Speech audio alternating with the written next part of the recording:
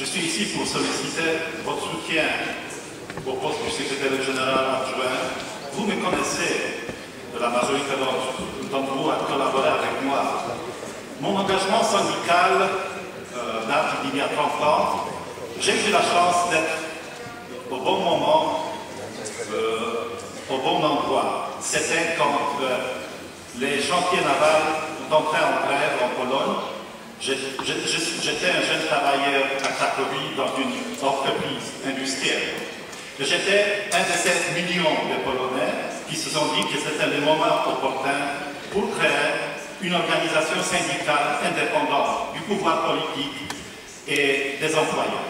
J'ai eu cette chance de le faire dès le début donc, de ce mouvement de renouveau du syndicalisme à l'est de l'Europe, qui a contribué après à l'élargissement de cette liberté syndicale à l'ensemble du territoire européen.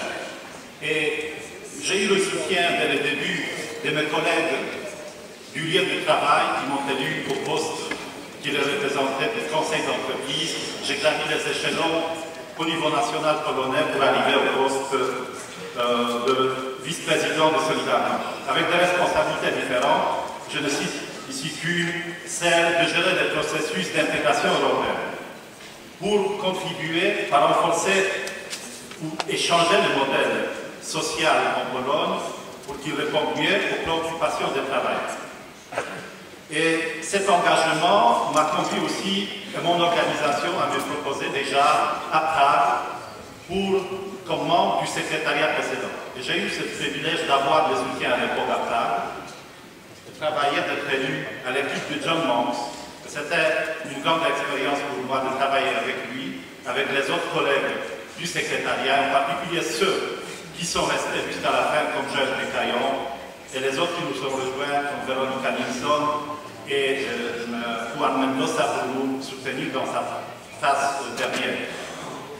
Et dans ce travail syndical au niveau européen, j'étais responsable pour des dossiers différents, mais ce qui m'a marqué le plus, c'était le dossier du marché intérieur des services publics, en particulier dans mes responsabilités de gérer notre action contre la proposition de directive Bolkestein, qui ont démontré notre capacité d'action, qui nous sommes cohérents quand nous sommes unis pour mener notre bataille.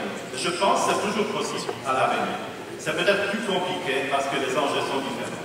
J'espère que vous pouvez partager, comme moi je le vois, que mon expérience, aussi bien cette expérience polonaise de représenter les travailleurs dans le processus de transition, aussi bien que cette expérience européenne, sont deux ingrédients qui peuvent solliciter votre soutien pour l'avenir aussi. Merci bien de votre attention.